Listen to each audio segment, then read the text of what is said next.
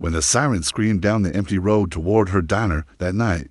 Mabel Johnson didn't expect the man bleeding on her doorstep to wear a Hell's Angels patch or to call her ma'am before collapsing at her feet. By the time she realized what he was running from, it was too late. She had already stepped between him and the cops with her trembling hands raised, shouting, "You'll have to come through me first." The storm came slow, crawling over the Mississippi Delta like an old beast waking up. Lightning flickered across the flatland, revealing the lonely stretch of Highway 61. 2 lanes of wet black ribbon cutting through the dark dot at its edge stood Mabel's Diner, a squat building with a peeling sign that glowed a tired red.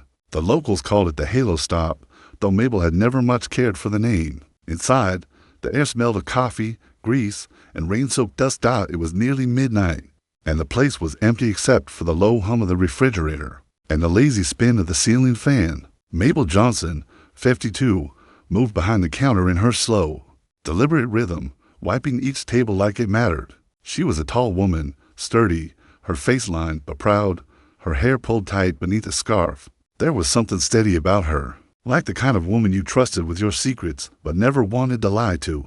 She paused to look out the window. Rain started tapping against the glass. Far off, thunder rolled like a train through the clouds. She sighed. "Lord, don't let it flood tonight," she muttered. She was reaching for the light switch when she heard it, a sound that didn't belong to the storm. Not thunder, not wind. A roar, then a crash. Mabel froze. Her heart jumped into her throat. The sound came from outside, metal scraping pavement, followed by a choked shout. She hesitated only a moment before she went to the door. The rain hit her like a wall when she opened it. She could barely see through the downpour until lightning cracked across the sky and lit up the road. That's when she saw him, a man staggering from the ditch, motorcycle smoking behind him, one headlight still glowing weakly. He was big, broad-shouldered, wearing a torn leather jacket with a winged skull on the back. His helmet hung from one hand, cracked straight through the middle. He stumbled toward the diner, one arm clutching his side. Blood ran down his temple. Mabel's instincts told her to lock the door, but her heart, that same heart that had once buried a husband for being in the wrong place at the wrong time, told her otherwise. She stepped aside. "Come on, now," she said, her voice low but firm. "Get in before you drown out there." The man didn't speak. He only looked at her, a flicker of confusion, almost disbelief, in his eyes. Then he pushed through the door, dripping water and blood onto her clean floor. She locked it behind him without thinking. He leaned against the counter, breathing hard. His hands trembled.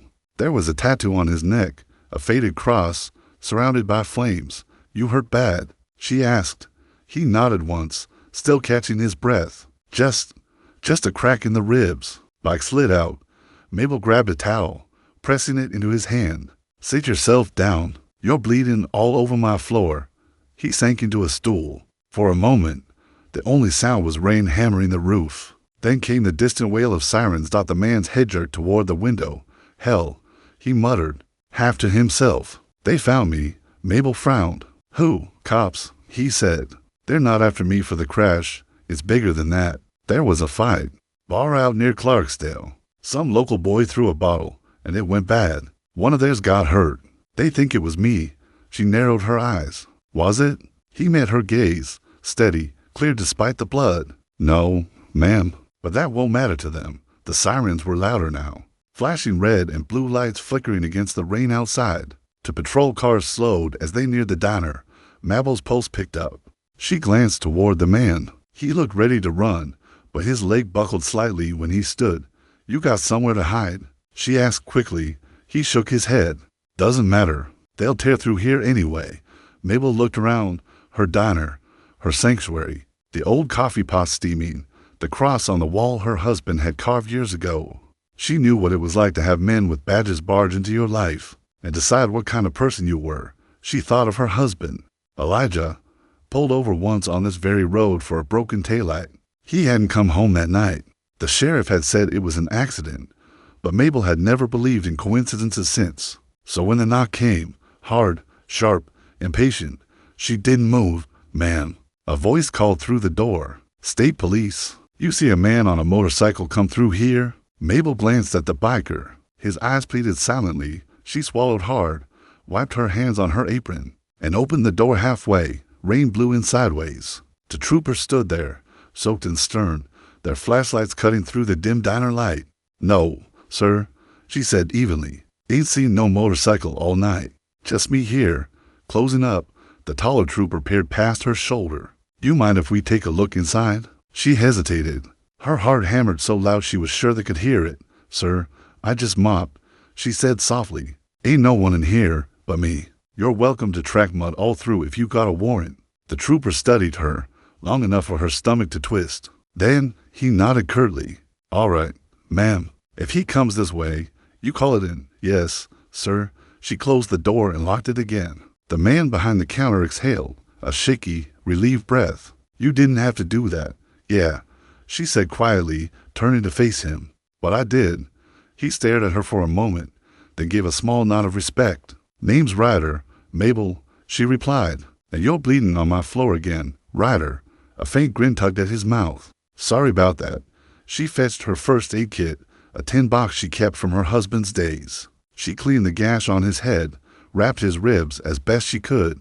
He winced but didn't complain. When she was done, he looked smaller somehow. Not the hulking outlaw she'd imagined, but a man worn thin by life. "You from around here?" she asked. He shook his head. "Born in Arizona. Been ridden since I was 17. Thought I'd seen it all till tonight." "What happened at that bar?" He rubbed his face. "One of ours, guy named Trigger. He's been cooking meth behind the club's back. Some locals found out, tried to blackmail him. It turned into a mess. When the cops came, Trigger swung first. I tried to stop it. Guess they didn't care who was who." Mabel studied him, his bruised hands, the guilt hiding behind his tired eyes. "You look like a man trying not to be what folks think you are," she said softly. He looked up, surprised. "Maybe. You ever try that?" "All my life," she said simply. Rain kept falling. The storm had settled into a steady rhythm, tapping the windows like an old clock counting down. They sat in silence for a while, the kind of silence that wasn't awkward, just honest. When the sirens finally faded into the distance, Ryder stood. "I should go. They'll come back round. You'll just fall over out there," she said, crossing her arms. "Say till the rain breaks." But when she turned to pour him a coffee, she heard the door creak. He was gone. Outside, the storm had eased to a drizzle. She could just make out his shape, limping toward the woods. Motorcycle patch glinting faintly in the wet light. When she went to lock up again, something on the counter caught her eye, a torn piece of leather. A biker's patch, the red and white wings soaked through with blood. She lifted it gently. Heart sinking. By morning, the word had spread. At first, it was whispers, the gas station clerk, the grocery line gossip, a voice on the radio. That Johnson woman, she hit a biker. One of them Hells Angels. By noon, folks had stopped waving when she drove by. By evening, someone had scrawled in chalk on her diner wall, "Biker lover." Mabel didn't say a word. She just scrubbed the words clean, locked the door, and turned on the neon sign again. Through the dark, the red glow of Mabel's diner flickered against the rain, a single light standing its ground against the noise of the world. And somewhere out there on the highway, the sound of a motorcycle echoed faintly, moving farther and farther away. The morning came to bright. Sunlight cut through the cracked blinds of Mabel's diner, splintering across the linoleum floor in tired gold stripes. The rain had stopped, but it had left the world sticky and heavy, the kind of heat that made the air feel like breath on your neck. Mabel moved slower than usual. Her knees ached. The storm had left a leak in the back corner booth, a steady drip into a bucket. Drip, drip, drip. It sounded like time marking something she couldn't undo. She filled the coffee pots, checked the fryer, straightened the napkin holders. Routine had always been her armor, but this morning it didn't fit right. The air itself felt different, still, but sharp. At 6:30 sharp, her first customer came in. Earl Simmons, the town mailman, same man who'd been eating her grits and sausage for 20 years. But today, he hesitated at the door. "Morning, Earl," she greeted, forcing her usual warmth. He nodded stiffly. "Morning, Miss Mabel." He sat at the counter, but didn't meet her eyes. When she poured his coffee, his hand flinched slightly, like he touched something hot. "You want the usual?" she asked. He cleared his throat. "Just coffee today. No grits. No smile." She didn't press. By the time the lunch crowd should have rolled in, the road workers, The school bus drivers, the farmers with their boots, only the tables had filled. Even those customers spoke in whispers, eyes darting toward her like she turned into something fragile or dangerous overnight. Mabel pretended not to notice. She wiped tables that didn't need wiping. The bell over the door jingled, but it wasn't the sound of business. It was the police. Two state troopers stepped in. Not the same pair from the night before, but the same look, clean uniforms, mirrored sunglasses. That quiet authority that always made her stomach tighten. "Morning, ma'am," one said, tipping his hat. "You mind if we have a word?" Mabel's hand froze on the coffee pot handle. She nodded toward the far end of the counter. "Go on." They sat. She didn't. "Just following up," the other trooper said. "Heard you might have had a visitor last night. Big fella. Motorcycle." She met his eyes calmly. "Had rain. Had thunder. Didn't have no visitor." The first trooper smiled. Not kindly. "Funny thing, though. We got a tip says he came through here. Maybe stopped for shelter." She didn't blink. "Ain't no shelter in a storm like that, but Jesus, officer," the second trooper chuckled dryly. "You sure about that? You're not the type to lie to law enforcement, are you?" Her jaw tightened. "No, sir. I'm the type to mind my business. That all." The first one leaned back, crossing his arms. "You keep your license up to date, Miss Johnson, health code and all that." She felt that like a slap, not the words themselves, but the tone. It wasn't a question. It was a reminder. Her voice stayed steady. "You know it's clean in here. You've eaten in this place yourself." The trooper gave her a slow smile, stood up, and tapped the counter twice. "Then we got no problem. Just be careful who you open your doors to." They left without paying for their coffee. Mabel stood there for a long time, hands shaking behind the counter. The clock on the wall ticked loud, louder than it ever had before. By afternoon, the whispers had hardened into silence. Mrs. Cole from the church walked in, ordered pie, and spent the entire time pretending Mabel didn't exist. When she left, the only thing she said was, "I'll pray for you." At the grocery store next door, the cashier, a teenage girl who once begged Mabel for extra pie crusts, turned her face away when their eyes met. Mabel told herself it didn't matter. She'd lived through worse. She'd lived through Jim Crow, through Elijah's death, through loneliness that could hollow a woman out. But this quiet rejection cut deeper than she expected. When evening came, she walked out to take the trash. That's when she saw it, on the side wall of her diner. Black spray paint scrawled crooked and angry, like her lover. Her breath caught. She dropped the trash bag. The sour smell of old grease and rainwater rose around her. But she didn't move for a moment. She just stared, not at the words themselves, but what they meant. That someone, maybe someone she'd served for years, had come in the night to mark her as other. Her fingers clenched around the edge of the trash can. For a brief, wild second, she wanted to scream, but she didn't. She went back inside, got her bucket and brush, and scrubbed until her knuckles ached. When the last trace of paint was gone, she stood back and whispered, "Ain't gonna let you take my piece." That night, the diner sat half empty. The rain had left the air smelling like earth and gasoline. A couple of travelers came through, strangers, passing faces. Mabel served them with the same grace as always, smiling where she could, quiet where she couldn't. But when the door finally shut behind them and the silence returned, she felt the weight she'd been holding all day drop onto her chest. She sat in her husband's old chair near the window, hands wrapped around a mug gone cold. The storm had taken the power out in parts of town, so the lights along the highway were dim, ghostly. She could see her own reflection faintly in the glass, tired eyes, silver creeping through her hair, and something else behind it, doubt. What if they right? Elijah, she whispered into the empty diner. What if I brought this on myself? What if I should have just stayed quiet? The hum of the refrigerator filled the silence. She thought of the man from last night, Ryder. The way he looked at her with disbelief when she opened that door. The way he'd said you didn't have to.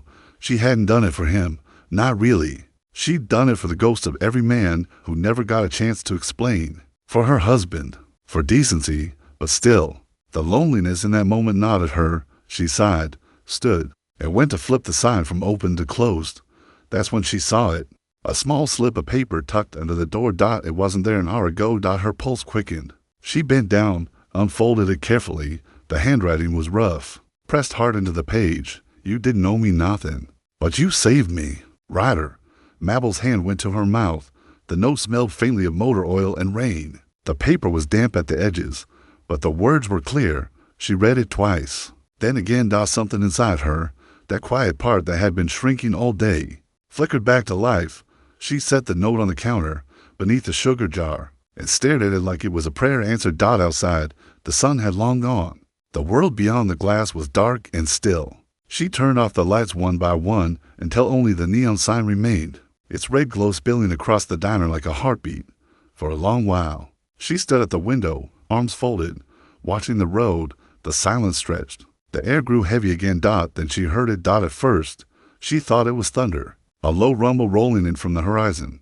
But the longer she listened, the clearer it became. Not thunder, engines far off, a faint chorus of them. Dozens, maybe more. She pressed a hand to the glass, peering into the dark. The sound grew louder, rhythmic, unified, like a storm made of steel and gasoline. A shiver crawled up her spine. The rumble rose, echoing through the still Mississippi night, until it sounded like the ground itself was alive. Mabel didn't know whether to be afraid or relieved, but she knew one thing for certain. Whatever she had started that night in the storm, it wasn't over. By dawn, the air was trembling. The rumble that had started as a whisper in the distance the night before had grown heavier, a living, pulsing sound that made the diner's windows hum in their frames. Mabel hadn't slept. She tried. She turned off the lights, drawn the blinds, even knelt at her bedside like she used to before her husband passed. But that sound, that deep, rolling thunder of engines, wouldn't let her rest. By 7 a.m., the first light of morning stretched across the flat Mississippi road, turning the wet asphalt into a sheet of gold. Mabel stood at the counter, her hands gripping a chipped mug of coffee gone cold. Then she saw it, a shimmer at the far end of Highway 61, chrome flashing under the early sun. She stepped closer to the window, then came another, and another. Within minutes, the horizon was alive with movement, bikes cresting the road in waves, their headlights cutting through the mist. One row, then two, then 5. 300 motorcycles rolling slow and steady toward her diner, the roar building into something that sounded less like engines and more like Judgment Day. The few locals who had been driving past pulled off to the shoulder, watching in shock. "What in God's name?" whispered old Earl Simmons from across the road, his mail truck idling. A few more townsfolk gathered, still in their morning robes and slippers, drawn by the noise. When the first bikes pulled into the gravel lot, the ground itself seemed to shake. Dust rose in the sunlight like smoke. Mabel didn't move. Her breath came short, her palms slick. She had no idea what she was looking at, a rescue, a reckoning, or something in between. They came in rows, men and women both, clad in black leather and denim, patches gleaming like metals. Some had helmets, some didn't. All of them bore the same emblem on their backs, Hell's Angels. 300 of them. They parked in perfect silence, engines cutting off one by one until the only sound was the ticking of hot metal cooling in the morning air. And then stillness. Mabel could hear her own heartbeat. She hesitated only a second before she untied her apron, then retied it tight. If this was trouble, she'd face it standing up. She stepped outside. The gravel crunched under her shoes. The townsfolk across the street held their breath. From the line of bikes, one man stepped forward. He looked cleaner than before, hair combed, jacket zipped, a white bandage showing beneath his sleeve. It took her a moment to recognize him. Ryder, she breathed. He stopped a few feet away, the others parting behind him like an honored guard. His face was calm, but his eyes, those same gray eyes she'd seen bloodshot and desperate days ago, now held something else, steadiness, respect. He gave a small nod. "Mornin', Miss Mabel." Her voice caught. "What is all this?" He smiled faintly. "You stood for one of us when no one stood for you. Now we stand for you." Behind him, the mass of bikers stood silent. Not one word, not one engine rev, just rows of people, some rough, some weary, all watching her with something she didn't expect. Reverence. Mabel blinked hard, fighting the burn in her eyes. "You didn't have to do that." He shook his head. "You didn't have to do what you did either." He reached into his pocket and pulled out a folded piece of paper, a printout of a photo. It was her diner wall. The graffiti. "Biker lover, we saw this online," he said. "Didn't sit right with us." Her breath caught. "You saw it." "World smaller than you think," he said. "Word travels fast when something real happens." He turned slightly, nodding to the men behind him. Let's get to it. Without another word, dozens of bikers peeled off in every direction. Some began repainting the diner wall, white paint over the black slur, their tattoos flashing in the morning light. Others started wiping the windows, fixing the bent sign, clearing the weeds by the roadside. Mabel could only stare. Y'all don't have to. Ryder cut her off gently. We ain't doing it for charity. We're paying our respects. He nodded toward her door. Now, how about some breakfast? We got a few hungry folks here. Inside, the diner filled with sound again, the clatter of boots, the scrape of chairs, the hum of conversation. The air smelled of coffee, oil, and leather. Mabel moved like she was in a dream. Every booth was full, every stool taken. The same place that had sat empty for days was now alive with life and laughter. Some of the bikers helped her carry plates. Others dropped cash in the tip jar, 20s, 50s, hundreds. One woman with a braid down her back leaned over the counter and said, "You make the best pie in Mississippi, ma'am." I checked. Mabel couldn't help it. She laughed. The first real laugh she'd had all week. Ryder sat at the counter, hands wrapped around a steaming cup of coffee. "We'll keep it peaceful," he said quietly. "No trouble. Just want them to see who we really are and who you are." Outside, a line of reporters had started forming. Someone had called the local news. Someone else had called the sheriff. By noon, there were cameras. "Miss Johnson, Miss Johnson," a young reporter called through the diner door. "Is it true you sheltered a Hell's Angel from police?" Mabel stepped to the window, wiping her hands on her apron. "I helped a man who was hurt," she said simply. "Didn't ask what patch he wore." The reporter blinked. "And now 300 of them have come to repay you?" A voice from behind her, one of the bikers, called out with a grin, "We came for breakfast." The diner burst into laughter. The story spread faster than the storm ever had. Within hours, headlines blazed across the internet. "Black woman protects Hell's Angel from police." 300 bikers show up to thank her. Unity on Highway 61. A diner, a woman, and the brotherhood who didn't forget.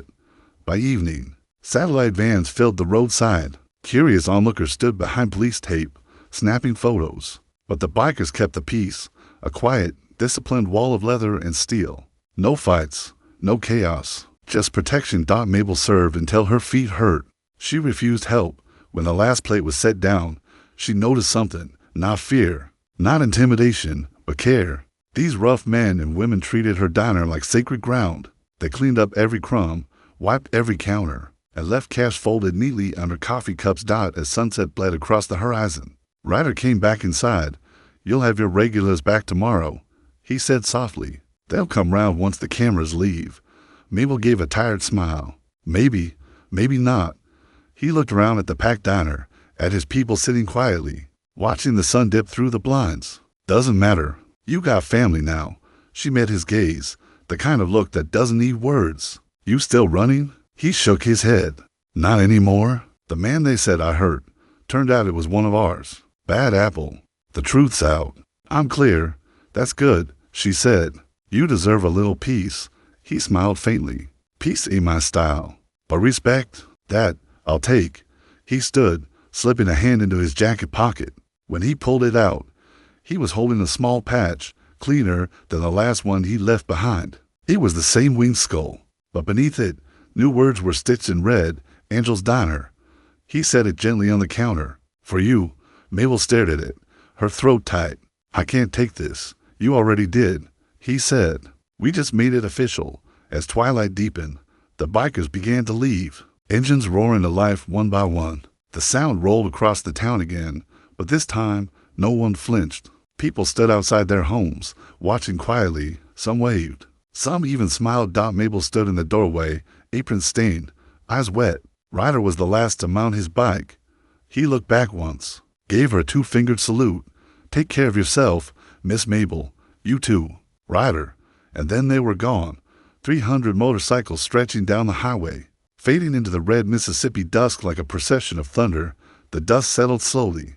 Mabel stepped out into the empty lot. The newly painted wall gleamed white in the evening light. No trace of hate left on it. She looked at the patch in her hand, then up at the glowing sign above her diner. For the first time in days, she didn't feel alone. The night hummed with a lingering echo of engines, low, distant, protective, and Mabel Johnson, the woman who had stood for a stranger, whispered to herself, Maybe that's how angels sound after all. The morning after the bikers left, Mabel stood behind the counter, listening to the hum of the refrigerator and the faint ticking of the clock above the door. It was as if the whole world had exhaled overnight, leaving behind only silence. Outside, the parking lot was empty. Not a single bike, not a single trace of the roaring storm that had passed through. But the air still smelled faintly of gasoline and fresh paint, like ghosts of loyalty hanging in the wind. Mabel's eyes drifted toward the wall outside the window. Bright and clean, the hateful graffiti gone. In its place, one of the bikers had painted a small emblem in the corner, a single white wing, spreading outward. She smiled softly, but as the coffee pot gurgled behind her, the phone rang and that smile faded. She picked up. Angel's Diner, Mabel speaking. "Miss Johnson, this is Sheriff Donnelly." Her heart skipped. The sheriff's tone was formal, clipped, the kind of voice men use when they don't know if they're bringing good news or bad. Double quotes, yes. "Sheriff, mind if I come by for a word?" "Of course." "Coffee's hot." He arrived 10 minutes later, hat in hand. The same man who looked at her with suspicion a week ago now stood uncertainly by the counter, eyes scanning the spotless diner.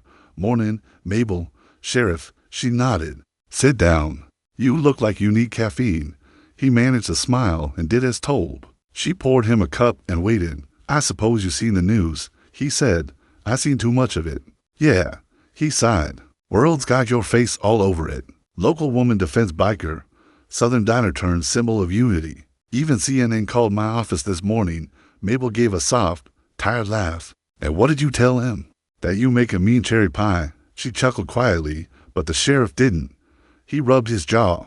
"Thing is, folks are split about what happened. Some say you did the right thing, others, I know what they say." She finished for him. "I've read the comments. Didn't figure you for the internet type. Didn't figure I'd become a hashtag, either." The sheriff shifted. "Listen, Mabel, about Ryder." Her spine stiffened. "He came by the station yesterday." The sheriff continued. "Brought paperwork. Turns out he wasn't running from justice.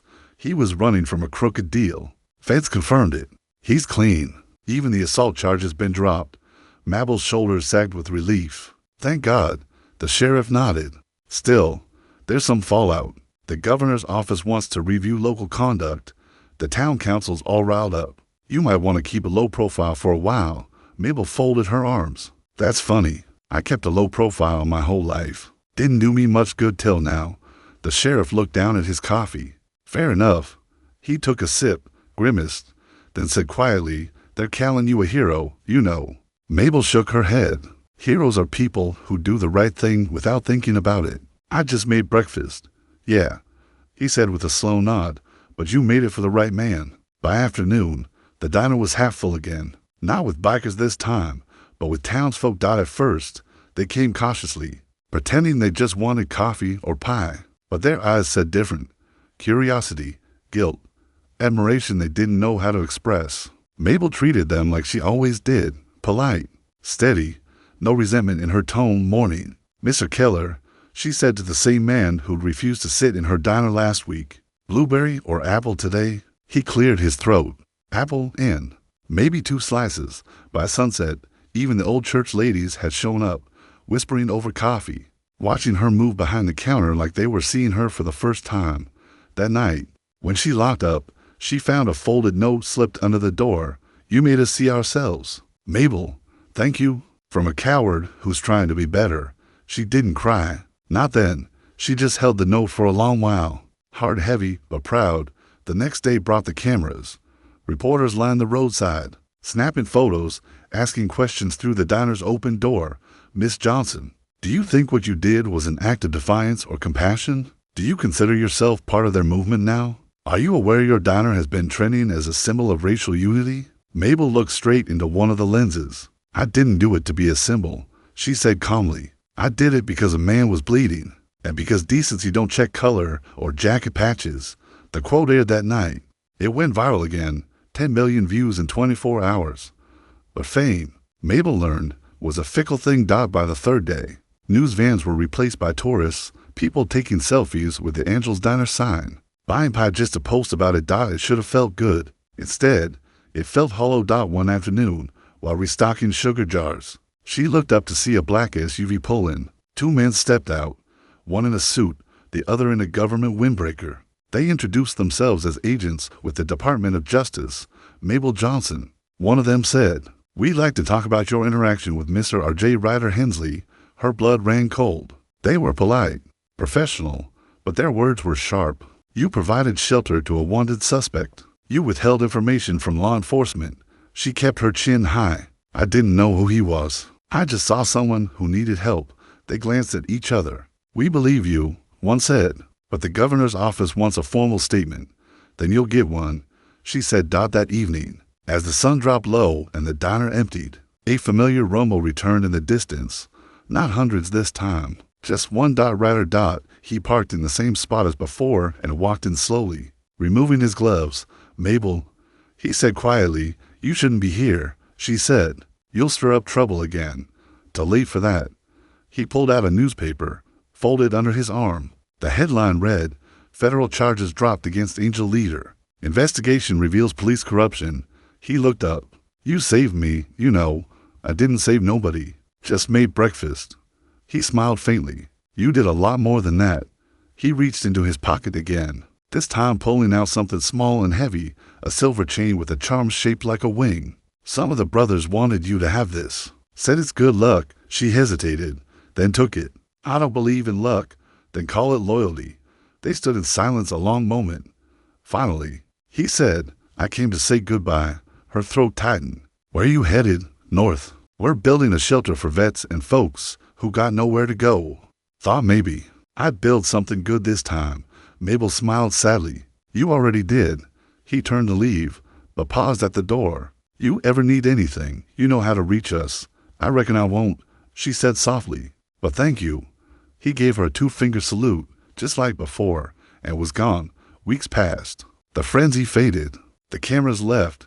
The diner found its rhythm again, quieter, humbler, but fuller than it had been in years. People came not to gawk now, but to sit, to listen, to be there. Mabel kept the wing charm on a nail beside the cash register. She never explained it to anyone. Every morning, she'd look out at the road, half expecting the distant growl of engines, and sometimes, when the wind was right, she swore she could still hear it. Then one day, she did. Not hundreds, just 3. She stepped outside and saw 3 bikers in black jackets parking at the edge of the lot. They weren't there for food. One of them held a small wooden plaque. "Miss Johnson," the woman said. "Ryder asked us to bring you this." She handed it over. Carved into the wood were the words, "Bridge Builder, Mabel Johnson, Angel of Highway 61. Below it, dozens of signatures. Mabel pressed a trembling hand to her chest. "Thank you," she whispered. The woman smiled. "No, ma'am, thank you." They rode off again, leaving behind a cloud of dust and the scent of freedom. Mabel watched them disappear, the plaque heavy in her hands. She hung it right under the clock, where every customer could see it. And that night, as the last light faded and the diner glowed softly under the neon sign, she whispered a small prayer, not of thanks, but of peace. The world outside was still loud and divided, but here, in her little diner on Highway 61, there was quiet and warmth, and the faint memory of thunder that had once sounded like salvation. She looked at the wing emblem on her wall, the charm by the register, the plaque above the counter, and smiled. "Guess angels really do ride motorcycles," she said softly. Then she flipped the sign to closed, locked the door, and walked out into the cool night. The moon hung low over the road, silver and solemn. Somewhere in the distance, a single engine roared, not in warning, but in tribute. And for the first time in a long, long while, Mabel Johnson felt like the world was finally still.